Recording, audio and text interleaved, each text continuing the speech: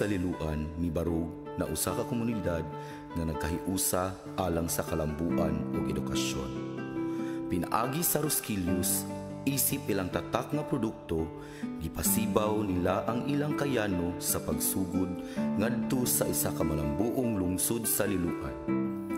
Pinaagi sa ilang pagtinabangay o determinasyon ni usbaw ang ekonomikanhong paglambo nga nagdala og mga oportunidad alang sa tanan. Pagkang ispa mapiyon ang nakapot tagaroon, ang paglambo sa Liloan darbog yun natong tanan.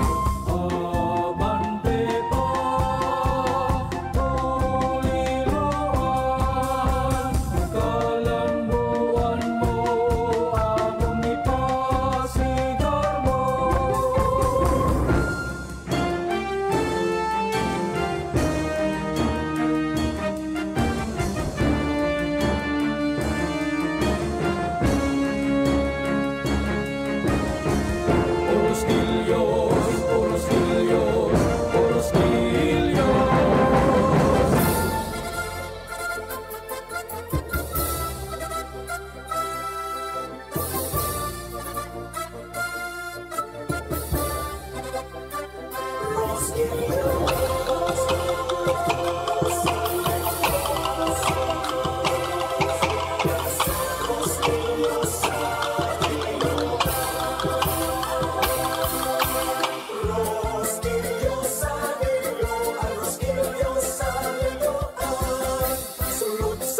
Ang katuigan, maoy na hanggan sa katawhan.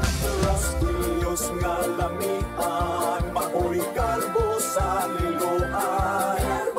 Bahanding subuano, tatak na Liloanon, nabantong na malambuon, sa lungsod nga mauswagon.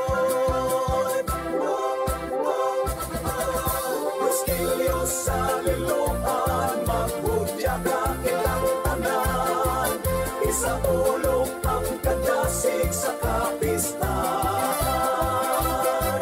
Rosquillos, Rosquillos sa Liloan, maupili ang labing ginawang sa katawhan.